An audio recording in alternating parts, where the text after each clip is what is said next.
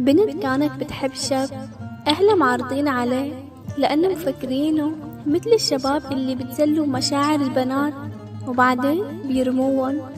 البنت ما كانت تفهم شو يعني الحب عيب بهالحياة وممنوع الإنسان يعشق. بيوم رنت على حبيبها وهي عم تبكي، حكت له: حبيبي خلص أنا قررت، شو قررتي يا مجنونة؟ بدي دب أغراضي وأهرب معك. لوين نروح يا هبلة؟ انت جنيتي شي واهلك. لا تضحك هيك ممكن؟ بدي روح على عالم ما فيه حدا غيرنا، بدي بعد عن الكل، لك حتى أهلي بدي بعد عنهم، بدي وجع يحل عني.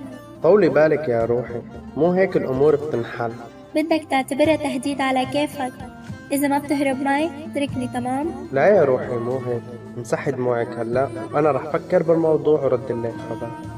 النهار الثاني بيعزم الشاب أهل البنت عبيته، هو وأهله بيحكوا مع بعض لوقت طويل، وبالآخر بيحكي أبو الشاب: أنا بيشرفني أطلب إيد بنتكن لابني الوحيد. وأهل البنت طبعا وافقوا لأنه ارتاحوا للشاب وعائلته وغيروا نظرتهم فيه. اتفقوا على المهر وموعد الخطبة وكل شي صار بدون علم البنت.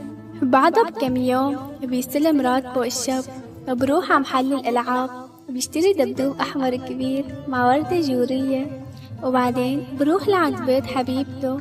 بدق الباب، تفتح له وهي لابسة بيجامة النوم وشعرها منكوش، بتحكي له: أهلين حبيبي، شو جاي تساوي هلأ؟ انت ما رح تكبري؟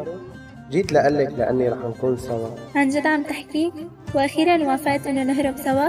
هون بينحني الشاب قدام حبيبته وبطالع محبس من جيبه وبيحكي له: انت بنت ضعيفة وحنونة وبنت ضلعة، ايه جيت لأهرب معك بس بالحلال. البنت بتفرح وبتشلف حالها بحضنه وبتحكي له: إذا هيك صارت الشغلة أصبح أنا موافقة أهرب معك لآخر يوم بعمري، بحبك كتير. لكل شاب عن جد بحب من قلبه رح يهرب مع حبيبته بنفس الطريق، يعني بالحلال.